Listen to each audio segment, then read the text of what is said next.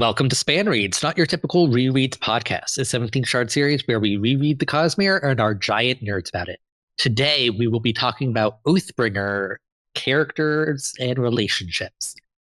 I'm Ian, and joining me this episode is David. I am Windrunner on the Discord and the forums. Joshua. And they call me Jofwu on the Discord and the forums, and maybe some other places too. Maybe. And Eric. Hey, I'm Chaos. And I'm Weiry.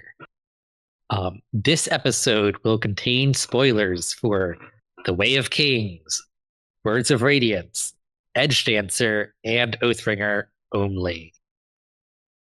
So, Eric, you have a topic you want to talk about first? Guys, we got to talk about the love triangle, because maybe it's just because I remember when our podcast came out and this being a hot topic of discussion and anger at our podcast. Shout out. I remember. And I thought that as we had progressed, I'm like, why did we do a love triangle? But in rereading this book, I liked it. And that surprised me, I'll say. Like, I thought it was fun. And I thought Shallan and Kaladin's banter was good. I liked how it related with Shallan's altars, right? Mm-hmm. That she's kind of losing herself. Like with Adolin, there was that aspect of, oh, well, I can make the perfect person for Adolin, and like that delightfully like unhinged thing, like that's really weird. And Adolin's like, but I just want you, actually. And I think it connects really well with Adolin's arc of being very overwhelmed by how he's a very small person in the scale of this of the new world that things are in. And yeah, is Adolin cringe for being like, oh, I'm stepping back, Shallan? Yes, he's being an idiot, absolutely. But I see a bit of where he's coming from, where he just feels like he isn't good enough. Right. And he did literally just see her give Kaladin the googly eyes. So I don't know. I think it's kind of fun. I think it's fun still egging Kaladin on to like, it's like, hey, you Shallan, and Kaladin saying, well, I mean, but they're betrothed. That's not an oath. That's just a promise to maybe make an oath sometime. Of like, still, you're the best, constantly. So it was more fun than I remembered. Yeah, I can't say I love the love triangle, but I do think it was necessary, particularly given the ends of Words of Radiance, where they spend, like, they're in the chasm together, because that was a very intense bonding moment that had some romantic overtones, sheltering during the high storm, that it couldn't have just been ignored. Otherwise, people have complained anyways, but like, yes, it would have been a more overt, like, dropped thread. Brandon's like, okay, no, I am aware of this. The characters are deciding not to do that. And it's like, and in reality, Kaladin and Shallan would be bad for each other, like, mental health wise. That, like, no, like, not a good idea. And I do really just love Adolin and Shallan, but it needed to be addressed. I would say that I disagree always that Kaladin and Shallan were necessarily like a catastrophe together. I always feel like that's a little bit overstated, where, you know, people can work things out too. Like, it doesn't have to be that they're, you know, that specifically they wouldn't be able to make it work. I always liked their dynamic. I was originally more of a Shaladin fan. And I think Brandon probably left it in such a way that he could do whatever he wanted with it at the end of Words of Radiance. You know, like I don't think he necessarily firmly decided how things were going to shake out at that point. We know that he leaves himself out to kind of see how things work. But it's nice to have. Brandon has a tendency to write a lot of very happy betrothals where people get betrothed and then they're like, and this was great and we're getting married and everything is great. And so it's nice to see like somebody like kind of at the very least think about other options before going through with their betrothal. You know, that I appreciated that. My opinion on the love triangle is that it really almost barely exists. Like Kaladin and Shallan like have some banter and they've got like some moments where you're like, oh, like these, like I can see these two having an attraction, but like it doesn't really go beyond that. And so like it just really isn't like a main thing. It's like Kaladin kind of thinks she's cute and still it's kind of like, are you gonna do something about that? And that's really all that happens. And Shallan looking at him sometimes. Yeah, like, Shallan looking back sometimes. But like that's really like there's very little to actually hate there for the most part, I think. Like you said before, like with Shallan, like it's almost like less about him and their relationship and more about like her personality. Yes. Her personas. Yeah. I do think I didn't need them to get married at the end. That felt very quick to me and still does, where they're like, they really haven't even been betrothed all that long. And now they're like, you know what, like, let's do it. But it is the end of the world. So maybe, you know, people make all sorts of decisions.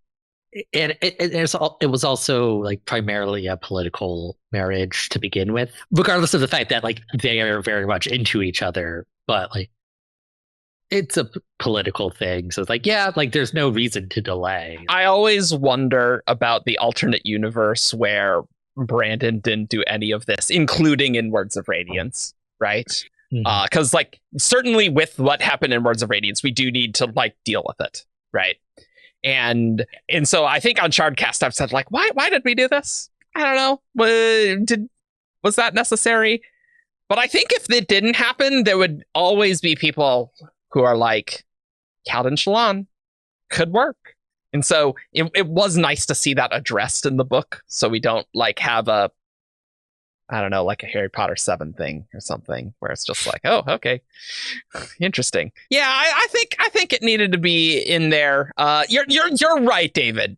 Shallan and Kaladin, there's not a lot there. Like Adolin and Shallan got a lot of development in this book, and I really like that. Like especially with him training her with like the shard blade and stuff and creation of Radiant. Like that all worked really well. So in a sense, if you just look at like page count devoted to characters, like, I mean, yeah, of course Shallan's going to be with Adolin. Like they didn't do anything. Shallan and Kaladin. I did forget that like at the end, the scene where Adolin is talking with Shallan, he's like he's trying to like back out or whatever. I totally forgot that Shallan's like, oh, I've got 3 personas. I could be basically anybody for you, and like it moves on because there's like this moment where it's like that's really awkward. I can't believe you said that. Well, yeah, and she and he doesn't like that, right? Yeah. It's like that's it's the scene where she's like tired and she's slipping between altars very quickly, and like he can pick out when she's Shallan. Yeah, it's just such a good scene. It's good. I do agree Kaladin needs some happiness as well. Quick shout out to Kaladin's mini flashbacks in the Shadesmar arc. Like that was surprisingly fun. And man, Kaladin, I love him, but he's an idiot sometimes. Like just like with Terra. And every time I read from Kaladin's POV and I realize he's an idiot, I'm like, I mean, that makes sense that you'd do that. It just is quintessentially Kaladin. Yeah, that does remind me of Brandon did a reading of the Terra flashback at some point. Oh, really? And it's like, I'm pretty sure. I'm 95% sure I didn't just make this up in my head. I just do vividly remember Brandon going, could you not go? And he just said it in the most quintessentially Brandon doing a reading voice. And it's always stuck in my head. I can imagine him doing that for sure. Absolutely. But yeah, no, I love more Kaladin flashbacks. We could still get a second Kaladin flashback book. You know, I mean, Never I know. wouldn't know. I wouldn't say we should take anything from that 2010-17 Shard interview very seriously with Mr.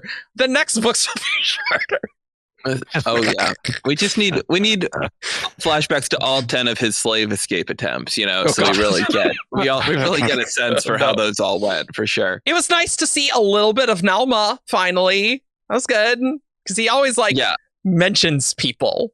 Like yeah, there's like several people that Kaladin mentions. So it's like, okay, we got Hav, who's the sergeant, right? There's like Tux.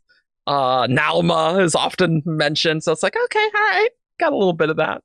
I want to talk a little bit more about Kaladin's arc. Because Kaladin dealing with failure, I think, really fits well with how he was at the beginning of Way of King. And I think maybe some people don't like both Shallan and Kaladin because it feels like it's a bit of a regression, right? Where like Shallan had a big moment and then she's regressing with Yasna and then regressing with like her stability.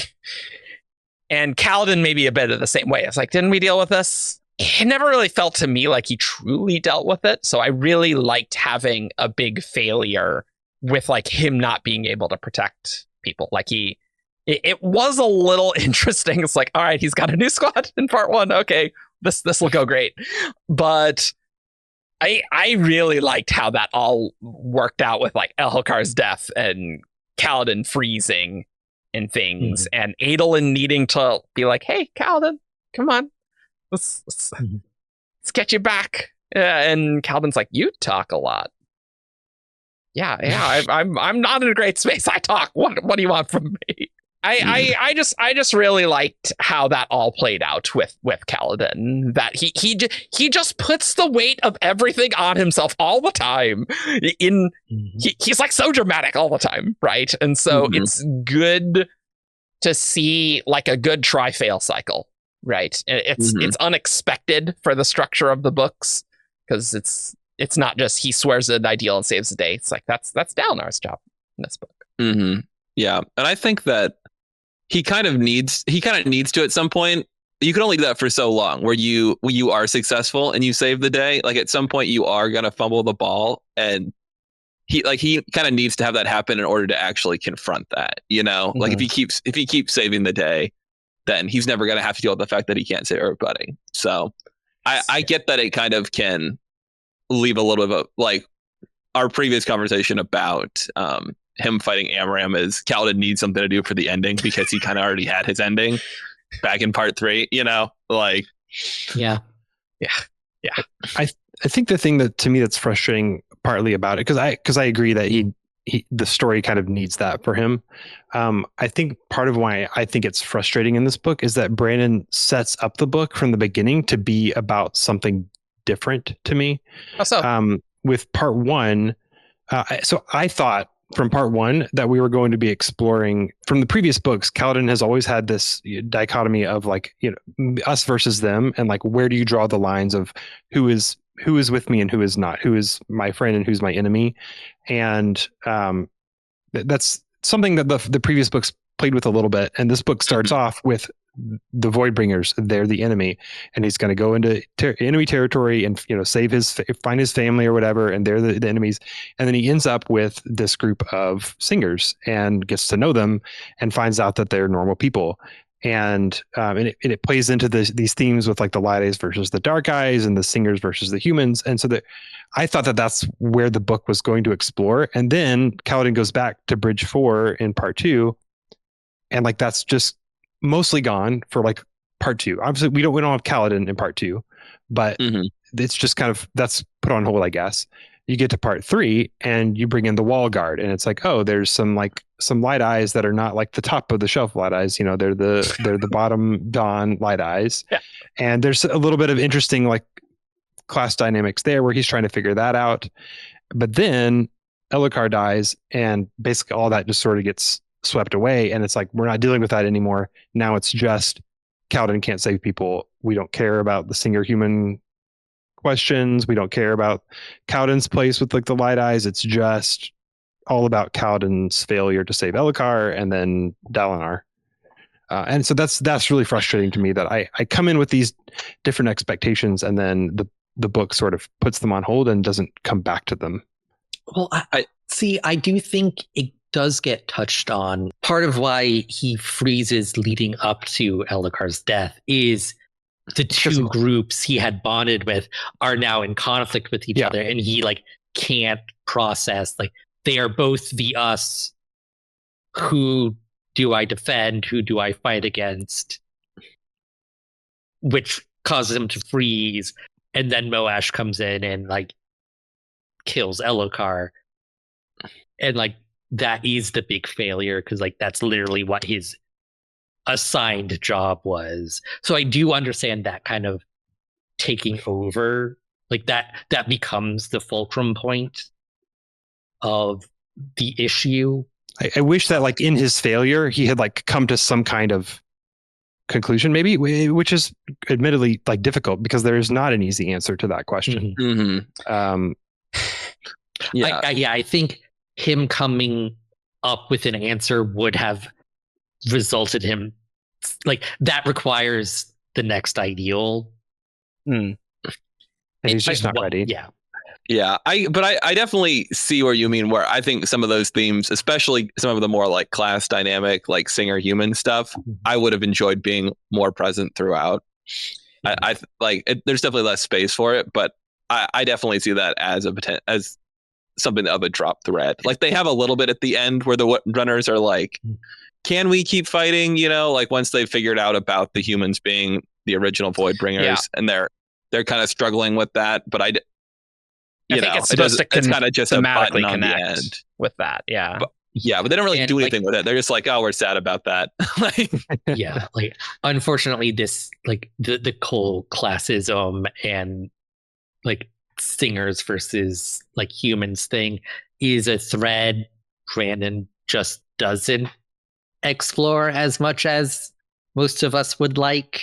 I don't even think it had to like get all the way in like into like the deepest parts of that. Even just like the more surface level, like who is my enemy, who's, you know, because it's I don't know, it's he was obviously willing to kind of dive into like these singers are like normal people. They don't really necessarily want to just jump into this war and conquer Thaylen City. They just want to live their lives. So there's something interesting there that I guess wish had been a little bit more present in the end of Kaladin's arc.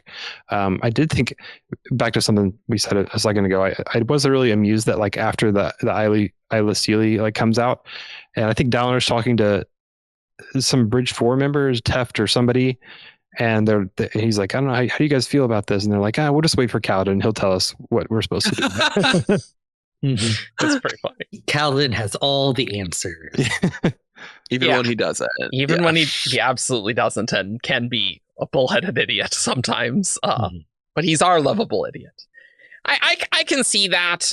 For me, I think that the conflict between humans and singers and stuff, that feels like one of those long-term threads. And I can definitely understand why it's like, that didn't really come together here, right? Whereas, like, ultimately, I think the series needs to deal with that, right? And so there kind of can't be necessarily a good answer, but I think you want, like, just some Kaladin realization.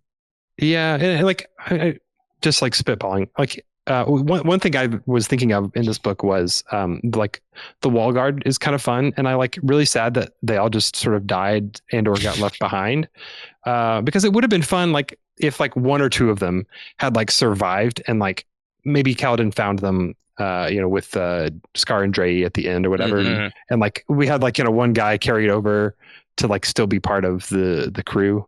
That would have been cool. His posse, like going forward. That would have been fun. And I'm just thinking now, like, I don't know if this would have worked at all with the story Brand's trying to tell, but like, it could have been fun if like one of the wall guard and like one of, Sa or Ken, like for whatever reason, like happened to be on the Oathgate and got dumped into Shazmar with them. And he had to like trudge along through Shazmar, like with these other people that are having this conflict with each other. I don't know. I think that just deals with pacing issues if you have another person to talk to. Probably. But, What's No. another 500 pages in a Stormlight book?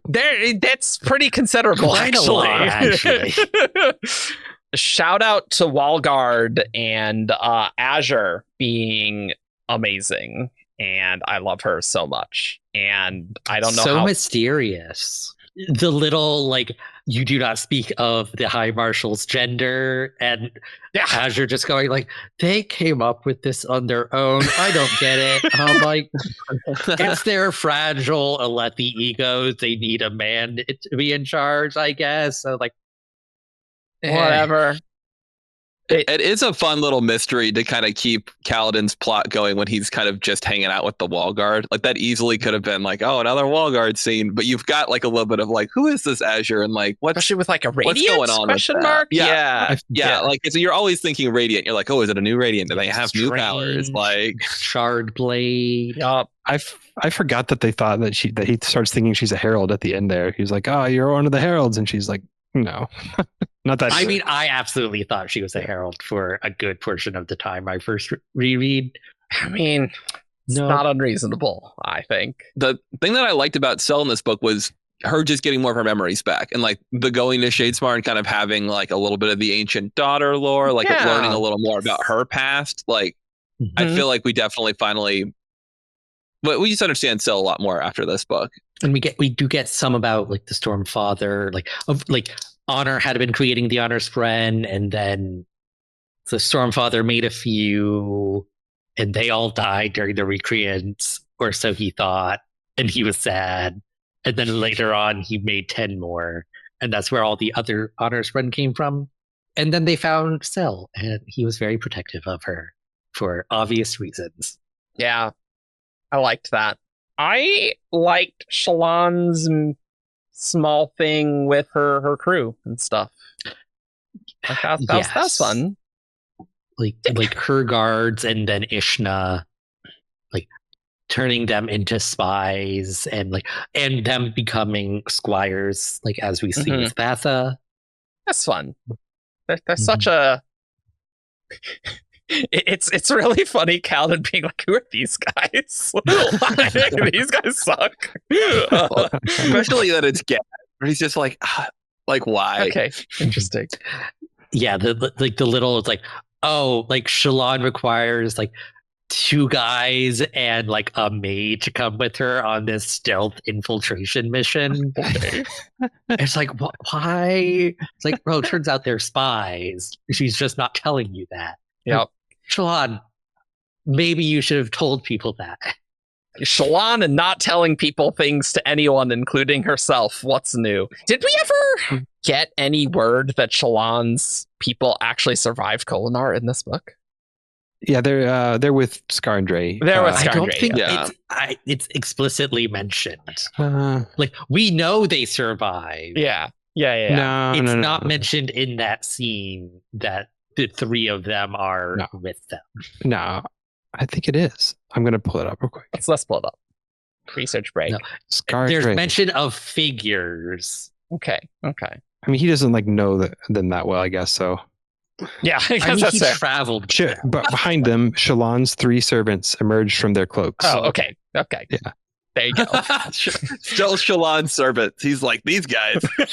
It's such a Kaladin way of phrasing that. It's really funny. I love being in Kaladin's head, even when Now you have he's 5 people to fly back. Damn it. Oh, That's Also, honorary shout out to Yoxka, the Yes. funniest character in Yes. this book. I brought you to someone I would trust with my life, or at least my clothing. Welcome to my tailor. It's such a funny end to a chapter. I love Adolin. He's the best. Like, it makes so much sense for Adolin. So much sense. Shout out to Adolin in this book. He didn't get many POVs, but he was with Shallan a lot. I love him all during the Midnight Mother stuff, where he's like, "Wait, there can't be another killer. There has to be 2 killers." Shallan, and Shallan's like, "Oh, that's really cute, Adolin, that you think that there's 2 killers," and we're just like, "We know." Like, Shallan has a line of like, "Oh, that's cute." Like he has a theory in his head, and now he's just fitting things like to fit that narrative. Like such beginner's error. It's like no, he knows. Hey, I killed this person, and I did not kill this person. And the readers are like, yeah, we know. Two characters. Yeah. Yeah. All the early stuff is really fun with like Adolin acting strange, and Shallan is like, what is wrong with him? And then later she's like, I don't know what I was thinking. He couldn't keep a secret from me. Like, and also like there's the scene where Shallan notices like Renarin staring at Adolin, and it's like, okay, so at this point, like Renarin is picking up on stuff that Shallan is not picking up on. Yeah, she's not the best. She's not the best spy. Well, she did need some training. Like I felt that was a necessary part of this book. Was like we needed to bring Shallan's spycraft skills like up a little bit beyond just her acting like she knows what she's doing.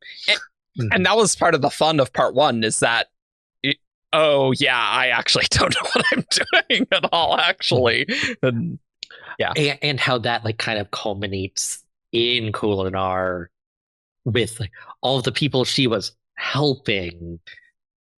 Yeah. And it was like, oh no, this was bad. I don't actually know what I'm doing, even though like I made this persona that is supposed to know everything. That's good. Oathbringer, the first like time or two I read Oathbringer, Shallan was a little bit frustrating to me because so Words of Radiance like propelled Shallan to my favorite character. I loved what Words of Radiance did with her. And then Oathbringer, like I got to the end of it and remember just being like, oh, like she wasn't like as good as I was kind of hoping. It's a weird direction, right? I had to like wrestle with that. And I enjoyed her more this book, looking at like understanding like as these as her like altars are popping up and manifesting more and kind of coming into the story. And it was interesting to like have a better understanding of why those appear. I don't know that I had really considered this before, but it was interesting to me. I was thinking that like Radiant exists basically because she's like living under all this pressure. There's all these high expectations. You just like saved the world. You saved us all at the end of Words of Radiance. You saved us on the Shattered Plains, and now you're one of the Knights Radiant, and everybody's looking for her. You have like Downer asking her like questions about, what should we do about the political situation here? And she's like, I have no idea. This is not. I've heard of those countries. Yeah. You have Lynn. I think it's Lynn. She's unnamed at the time, but she comes up to Shallan and is like, oh, like you get to be like a Radiant. That's so amazing. You have a Shardblade, and she's like brushing it off because she's just like really uncomfortable with that kind of attention. So she's really like drowning under the weight of all these expectations that people have. And so that she spins off. Veil is kind of like a way to escape from it. And then Radiant is like a way to like pretend that she is that. She's sort of the Radiant that everyone expects her to be. I was thinking back in like Words of Radiance when she first appears on the Shattered Plains, and she's like up in front of the group of high princes talking or whatever. And somebody afterwards is like, oh, you don't look like as like you did before. Like she has some kind of subtle light weaving, which to me is almost like this, like, I don't know, foreshadowing, I guess, for Radiant in a way of like trying to like be this, be more of what people expect her to be. Yeah, it was definitely interesting revisiting this book, because it really wasn't until Rhythm of War that Brandon like really started talking about dissociative identity disorder with regards to Shallan. A lot of like that terminology, like of altars and stuff, kind of entered fandom discussions like Rhythm of War era. Yeah. So it's like coming back to this book where all this stuff is coming to the forefront now with like that frame of reference. Like it was very interesting because it's no longer, oh, weird like mental like magic-y stuff is happening with Shallan. That's weird. Now it's like, oh, like no, this is a very like interesting like psychological break for her. Especially when we're shifting between who's talking. Like Brandon is very deliberate, like Veil said, Shallan said, and like slipping between them. And I think when I first read Oathbringer, I didn't get it. Like I was just like, why is it not just Shallan said? Like but then like on a reread, I thought it was very rewarding, especially at the very end where she's like just totally slipping through, and it's like Shallan / Veil / Radiant, right? It's like, okay, like it's a fun use of that. It's a textual medium in that way, but I didn't get it on my first read. Actually, I don't think. I remember my early reads thinking like, man, Shallan is she seems a little out of character this book. You know, like when I was reading the first part, I was like, this just seems a little off, and yeah, it definitely becomes more apparent on a reread. And there is at least one scene where like it's Shallan said, Veil said. Yep. It was like first reading it, it's like, oh, like that's an error. Yep. Oh, like that's a typo that didn't get fixed. And then like a paragraph or two later, like Shallan's POV, it was like, wait, was that Veil? Like, like her realizing Veil had slipped to the forefront of like, wait a second, what's going on here? It's like, oh, not a mistake. Actually very intentional on Brandon's part. Yeah. Or when she's pretending to be Veil, sees Hoyd immediately, like gets out of it, and then it's Shallan. It's like it is interesting. So I quite enjoyed that, surprisingly. And I remember being very frustrated with her in Kholinar on my first read. Like with her failure, I'm like, God, you're so dumb, Shallan. Like, what are you doing with helping them? But it really worked for me this time. I guess another top moment is just that Shallan wit scene where she's like totally broken down. Like that is like just really good. You are not worst for your association with the world. The world is better for its association with you. That's so good. That is a good moment. I still have like. It all serves, and all of it like kind of serves that moment, so it is good. There's still part of me that's like, Shallan, we do not have time to be focusing on these people, you know, feeding these people in the city right now. You know, like everyone else is like, we got to get into the palace. We got to, you know, like they're trying to solve the problem. And it's a little bit of a narrow focus in my mind, where I know she's trying to help, but yeah, it's like she's trying to be Robin Hood because she does come from a very sheltered upbringing, and she's like, oh, I've read stories about this. This is what heroes do. I'm helping. Well, it's kind of, it's one of these, like, it's part of the reason some of her, that Shallan is frustrating to me in the book, but like, I was a little bit more sympathetic and understanding like why she's doing it, even if I don't love it. So like to understand that she's like doing that because she feels so like lost, and it's just like a practical way that she's like, oh, I can be a hero in this way. And it's just kind of like an escape that she needs to just not be doing. I think it's just frustrating to read, but like it's not out of character necessarily, for sure. It's just interesting how her light weaving is like helping create that. Like, I think she would have a lot harder time doing that if she couldn't just be like, okay, I'll draw a thing, and yeah, that can be me. I can be that right now and appear that way. Well, I'd forgotten too that she's also pretending to be an else caller. Like she's literally pretending to be a different order at times, you know? Yeah, there's definitely like some line later where it's like, yeah, for some reason they think she's an else caller. Like, okay, that's a little weird.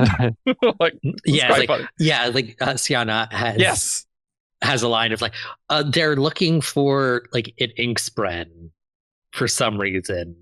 Yeah, that's what it was. It's a nice callback to the lie. Yes, which is also a callback to like Words of Radiance of like, don't tell people I do illusions, otherwise I can't trick them. And now they'll be like, but why? I also just really loved Dalinar in this book. I think his arc is really interesting, even though his flashbacks are a ton of fighting. And I definitely am getting to the point in my reading where I think Brandon's fight scenes just go on too long for me, honestly. But the thematic of like, it's about momentum, and we get that all through the book. Really like that. It's part of the reasons I really like how well written the book is, I think. And I just love how his relationship with Evie went, totally failed. And he's just like so broken from it because like she did deserve better than Dalinar treated her, for sure. Right. I mean, even aside the, killing her. Yeah, Let's be that honest. was definitely a bad day. But it's just so beautiful, like hearing that forgiveness when he's like really becoming the person that Evie always knew he could be, right? Like I think that's just, this is a great use of the flashbacks connecting with the main story and the plot that I think is the best. Yeah, it's the linking of the flashbacks to the present storyline is very well done. What did Brandon think this book was going to be when he was planning for it to be the Seth flashbacks? I don't know how the book would have worked, which is probably why Brandon went this direction, because it may not have. Yeah, probably just realized this is silly. Dalinar's just not my favorite character to read about ever. Okay, I mean, that's fair. That's fair. So, like, it's like, he is interesting, and like, there's a lot of interesting, like, stuff in his viewpoints. It's all written very well. I just am not excited about any of it. That's fair. My complaint about Dalinar is I don't like Dalinar doing politics. He's just like he's not super great at it. Brandon is not super great at writing politics for me. And so and a lot of his story in this book is like the politics. So I don't love that. I do love his personal story of kind of overcoming his past. Is very compelling. I don't have too much to elaborate on it, but I do think that the flashbacks come into the main story really well, and like just the setup to the end, with him walking off, to face Odium alone with the book in his hands is just and up to to facing the thrill. It's just really great. I love those moments. It's hard for me to imagine me enjoying how the flashbacks connect with the book more than this. I don't know. Like, it's just really 10 out of 10 how that all played out. Really good. Yeah, it's a good parallel. Like, you're getting him struggling with who he used to be while you're seeing at the same time who he used to be. One thing that the previous books did not do was, at least for the most part, was the way this one, like, you see sort of Dalinar having those revelations, like, in the course of the main story. Yes. Right? Yes. Like the moment he suddenly remembers Evie's name out of nowhere, and then you get the flashback with, so I thought that was really cool in this book. Yeah, he didn't do that like at all in Way of Kings and Words of Radiance. I think just the last TN vision, I think Kaladin really has, because the one where you see TN die. But yeah, it's like, we call them flashbacks, but it's not actually a person flashing back until this book. Yeah. And like, there's pros and cons of like doing it both ways. And shout out to Evie. Evie is a very interesting character, and like, it's such a fraught marriage, right? Like, it's not great, but you can see like how she's definitely Adolin and Renarin's mom, right? Yeah. Which I felt was really cool and interesting, and how Adolin is like kind of better than Dalinar in some ways. He is definitively better than Dalinar. Well, Thank you very much. I think it's more that like Adolin is feeling like he's inadequate, right? I'm giving like, he doesn't feel that he's better than Dalinar, because Adolin is more humble than Dalinar. Yeah, that's true. Yes.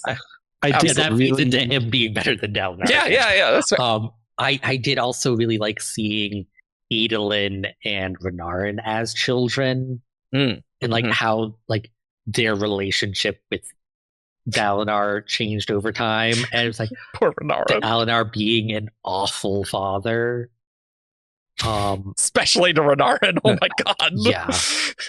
Yeah, it's like, I feel nothing for this weird, sickly child. I didn't even respond to SpanReads asking to name him, so my wife named him something weird. And I'm going to complain about it. It's like, that sounds like your problem, buddy.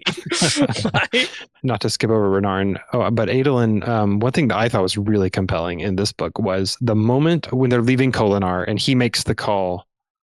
I love how he makes the call to use the oath gate, even though he's like, there's just it's such a tense moment. He's just like dragged like comatose Kaladin like into this, into, you know, out of the battle.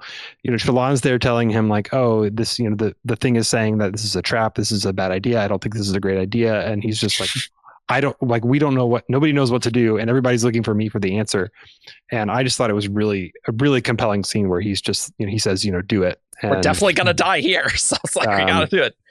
Yeah, because then he does it, right, and it doesn't work. They end up in Shazmar, and like that was his call that he had to make in a tough situation. And I don't know that there even was a better call to make, but no, I don't think so.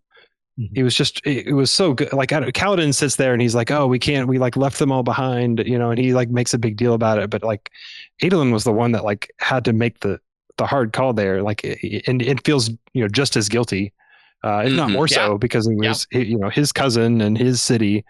Yeah. And then like his friends are like crumpled. Yeah. No, that's a good point. Like it actually is the right call, which I think makes it even more compelling. Like no one is better served by them being captured or killed in Kholinar in that moment. But you know, he still has to be the one who does it. I never had noticed that. That's really cool. Yeah. Like if he had not made that call, Odium wins because the three of them are not able to be there at Thaylen Fields. Yeah. I had completely forgotten that we like the Crimson to Break chapter where they're going in the palace. That's the first Adolin field. Well, I guess there was that one in part 1 with that Adolin Renarin scene. There's that one. But like this is the first chapter icon that's Adolin's chapter icon. And I always thought it's like, wait, but they started in part 4. But it's like, it's a little bit earlier in part 3. Aha. That totally makes sense. We're talking about Adolin. I was like, Adolin Maya. We haven't really said much about Maya. We got to talk about Maya. Where we get like that. That's the other reason that the Shadesmar chapters are so good, is because Adolin is able to like take that new step with Maya and actually already having known that she was a person, start to get to know her just a little bit. Even with just a few scenes. Especially with like getting her name in Battle of Thaylen Field. And summoning her a little bit quicker. It's like, I need you. It's like, oh, it's so good. It's so cute. Yeah. And it's like, she gives him his name, and it's like, it's an immediately, you have a nickname now. You're Maya, not just Maya Lauren. Yeah. And it's like, I forgot about how, like, when they're trying to stall for time at the Oathgate, that Maya, like, attacks to save him. Yeah, you could just really tell how it's like, Adolin really cares about his sword, and now it's like, well, I mean, this makes sense. That I think is just so well done. There's the scene with Aiko where like they're really talking about dead eyes as a concept for the first time, and Aiko is like, "Don't pretend she's your friend." There's like, but she kind of is, or at least Adolin is getting to that point with her of like, maybe they're not friends right now, but like that's where Adolin genuinely wants to end up. And he doesn't want her to just be a tool. Yeah, he is such the perfect person to like be the one to realize you can do this. Like you can totally buy that nobody before has ever tried to like befriend their Shardblade, but Adolin is the person that would be like, no, I think that I can go further with this and end up kind of learning something about Deadeye that nobody has ever realized before. You know, not a lot of other people are trying to do that. The fact that he isn't trying to do that, like he isn't like trying to do this for a purpose. He's trying to do it like for the sake of like, my sword is a person. She deserves like to be treated as a person, even for no benefit. Like, one other interesting small Adolin thing is in the Battle of Thaylen Fields, where like he has like one line where he like almost expects that he would be radiant, and he just wasn't. Like that was kind of interesting. There was like just like one sentence, I think, where he thought that he expected he'd be able to like, you know, breathe in Stormlight or something like that. Oh, interesting. It was really quick, but it was in there, and I like that. Oh my goodness, there's so many characters, guys. Yeah, this is going to be a long episode, as you can tell, because you can see the timer. Brandon, stop writing such long books with so many characters and stuff. It makes these episodes really long. Renarin's Renarin's great. Great character. Like, okay, Alex isn't here, but Alex called that something was weird with Renarin the whole time. Yeah. But it was so great to finally get the Renarin POV where it's like, yes, something is weird here. And I thought that was really well done here. I liked his scene where Aelin figures out that he has a shard blade too. Like, that was such a fun little scene where he's trying to give it up, and Aelin's like, and it was just it was very Renarin. Like, he's like, well, I wanted to help with the Oathgate, and Glyphs didn't know if he could, but he made a shard blade and just is too embarrassed to tell anybody. And then like Aelin is like so enthusiastic, like, show me your sword. Oh, your sword is so cool. Just so enthusiastic. Love it. Love that. I like the little like side plot of like Yasna like suspicious about Renarin's Sprin. Like, it's a really subtle thing that's there that I don't know. But Renarin's obviously gone for like most of the book. But yeah, we talked about how we all love the scene with him at the end. That's really, really great. And he has this heroic moment where he gets a little bit of confidence and helps open the Oathgate at the end. Oh, it is so funny. Yeah. It's also the arc of Renarin kind of exploring scholarship in this book, where we see him in a meeting, and then like Dalinar shows up like towards the end and like sits in, so like he's not so alone. But it's Renarin who figures out that like Earthiro isn't just a collection of fabrials; it is itself a fabrial, and it bees a city. Like, and he finds the gems.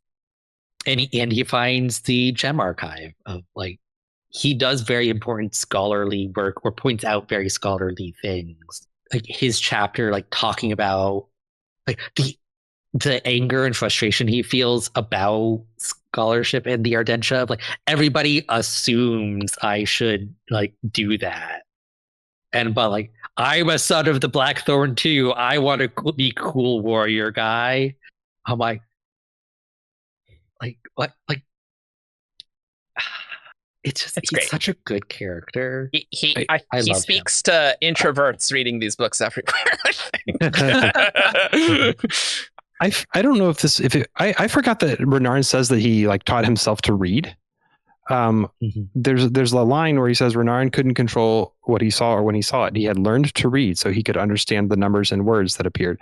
I don't know if that might just mean glyphs, but it reads to me like he like taught himself to read, which I was just like, I don't know. I forgot about that, and I was like, Dalinar totally overshadows this. If you taught yourself how to like actually read, and then Dalinar comes at the end of the book and in his Dalinar way is like, oh, I'm gonna learn how to read. And I thought there was a Yasna line where like when Yasna was looking into what Renarin initially wrote, that like originally like the numbers were like bad, and then like they got better. And so I think I think it was penmanship was bad. Was worse towards the beginning, like because he was unfamiliar with the glyphs. Yeah, I think it is ambiguous whether or not he can read and write women's script. It just says he had learned to read. So it could go either way. Like, I feel like that it does imply the women's script, because like glyphs isn't reading really. Maybe it's in the Storm Warden language. God, Storm Wardens are so wacky. It's just like, I love how they're just like, you guys are weird. Get out of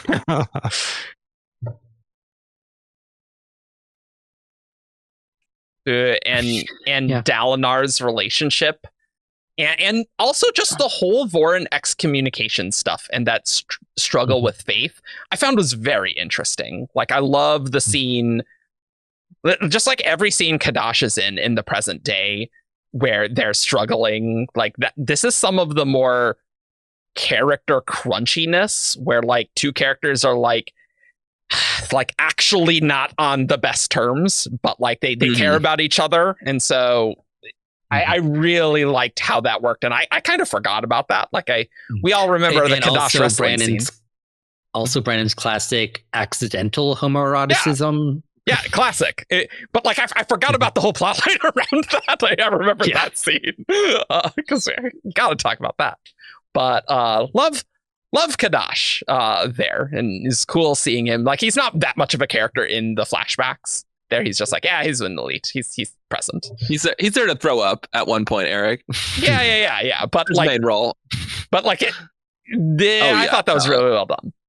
Oh, for sure. For sure, that was good. Just a side thought, mentioning the flashbacks. I was always surprised we never got early Dalinar Navani stuff in those flashbacks. Agreed. That was something that I kind of expected, but by the time she enters those flashbacks, she's already with Gavilar. And that was the one thing from those that I wish that we got that we didn't.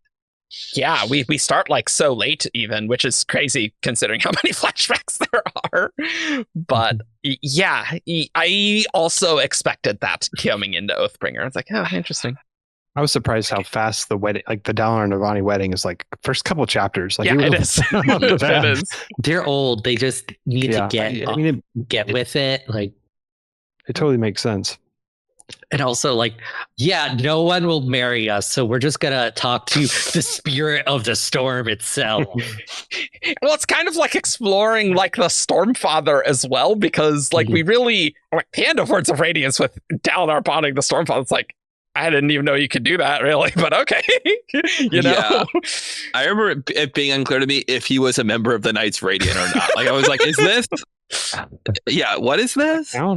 Yeah, but so like it's exploring that, which is cool. The Stormfather Dalinar relationship is also interesting, I think. Yeah, but I don't know if I have a lot to say on that necessarily. They have so much more tension than every other like Radiant Sprint bond we see. It makes it interesting. Yeah, because like we sort of edge into it with Shallan and Pattern being like, you're gonna kill me someday, but there's no like emotion there. Whereas with Stormfather, it's just like furious that he is in this situation, and it's just like, and Dalinar's like, I don't care, we're saving the planet, dude. Get with it. Yep. He's honestly come a long way from trying to kill them in the last book. Like, I was surprised how with the program he was ultimately after being like, you're better off dead, everybody. Yeah, it's true. I also like the Moash chapters. The Moash chapters were interesting. It is a hard turn from the diagram, but I do think this is more interesting.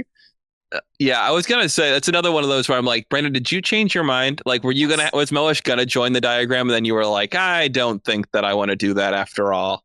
I think so. There is no doubt in my mind. Yeah, this is very interesting. The evolution into Vyre, the one who quiets, and like, hey, he killed a king and a herald, and it kind of being rooted in like the humans have done him wrong, and he's looking at the singers and is like, they seem to be treating humans better than humans treated singers. He has a whole thing when like you have to be better than us. Yep. And it's interesting. It's very interesting. He gives up on all mankind a little fast for me, like always, where I'm just like, man, like I struggle to imagine how. I guess there are people who always would join the other side in any conflict, but I'm always like, man, that would be quite a mental leap to go to. I think that we should be ruled by these people. But it is a bit fast, but at the same time, he's kind of a broken person, right? Yeah. It's just like, oh, I made the wrong call, and I can never undo that. Like my life's over, and like I think there's definitely things in real life where people like, I made one bad decision and like it has ruined everything. And yeah. And I really like understand like when he gets to Revelar and the singers have taken over, like, you know, the society has been like turned upside down, and he like goes in and it's like all the dark eyes there are like taking orders from the light eyes, and he's like, are you kidding me? Yeah. that was compelling. He's still they're sitting in the light eyes are sitting in the best part of the slave quarters, and you're like, damn it. Like, are you kidding me? Yeah. So I totally understand like seeing that and being like, no, screw this. I'm done. Yeah. But it also like kind of feeds into Odium like having a breadth of vision and having multiple plans going on, because like he's angling Dalinar towards being champion, but he's also like doing stuff with Amaram, like setting Amaram up for stuff. Yeah. That like Odium is also manipulating Moash. Yeah. And like having like the fuse, like he's the one who gets to kill like Yezrien. Mm-hmm. And he brings us to Leshwi, which I'll always be grateful to him Leshwi's for. great. So, yeah. Love Leshwi. Gotta love Leshwi. Hell yeah. And that's also very a notable point of the fuse keep coming back. Mm-hmm. Like that's kind of the first moment that really sinks in for the reader of like, oh, this person we saw die is now back. That just reminds me of the Venli scene where Demid and the others get body snatched, and it's so heartbreaking. You know what's weird about that? I always think that that's before the scene in part 2 where the Stormfather just explains the fused in like Oathbringer chapter 38. But no, it's after. It's the interludes after. It's just like, that's interesting. But like it still works. Like you can know fused in the abstract and not like feel it. So it's interesting. Yeah, that's where it becomes real. And then it's like, oh no, for the reader. Oh no. It's an important point on Venli's arc of like her weird emotions where like she is very influenced by Odium, but they're the snatches of more genuine emotion. She should be more upset about the losses she is feeling of like her once mate is dead now, and it's like, why don't I feel worse about this? You want to wrap with Seth? Seth was less annoying in this book than previous book. You know, I appreciate that he stopped killing people for no reason. I love it for him. It's cool to see the Skybreakers. Like I loved seeing a Night Radiant Order that hadn't disbanded. Like that was so satisfying. Also cool to just know about the secret societies and understand what's going on in this book. That's nice too. And it's Seth and Nightblood are a very fun dynamic duo. You can't help but be amused. Yep. I think Nightblood is really essential for Seth's chapters. I think I would get really impatient if it was just like Seth going through the paces of it's like funny how he goes in like with this attitude of like, I'm ready to be like in charge here. Like, can we just knock out these O's like right now? I've trained in the surges. Let's get on with it. Okay. Maybe one of these days you'll be a fourth ideal Skybreaker. And he's like, how about in next week? Let's just got stuff to do. Shinabarda cleanse. Let's get with it. Like it's interesting him like seeing like that line with, oh, but it had always just been a rock. There was nothing special there. Very small detail, but I really like how his like chapter, like his first chapter, like starts off and it's like Zeth's son, and then it's like, no, not that. Yeah. Zeth's son, and he's like, he like changes a few times and it's just like Zeth, just Zeth. And then like later, Zeth of the Skybreakers. He goes through the most surnames out of anyone, I think. he's always the son of somebody new. Well, like, I mean, it like kind of goes like with his story of like, I guess defining himself by others. Like it's not, he can't just like take ownership sort of, and it's like always. That's a good point. Putting himself under something else. Yeah. And I liked overall his decision to join Dalinar. Like that side of it always made sense to me. It was more the reciprocal side of why everyone decided to accept it. That was less. Does it make sense for him to join Dalinar though? I was wondering that, where it's like, you haven't interacted with him like at all. Fair. You tried to kill him. Like we got nothing. It's like, so I think that's a good point. My rationalization for that is like Nail does explain the whole deal with humans not being native to the planet. Like it happens off screen, but like that's what happened. Seth knows everything. And obviously Nail's whole thing then is, well, singers are rightful owners of the planet. Their law is the law of the land. Ergo, we are obligated to serve them, in my opinion. And then, but like Seth has the option to agree or reject that.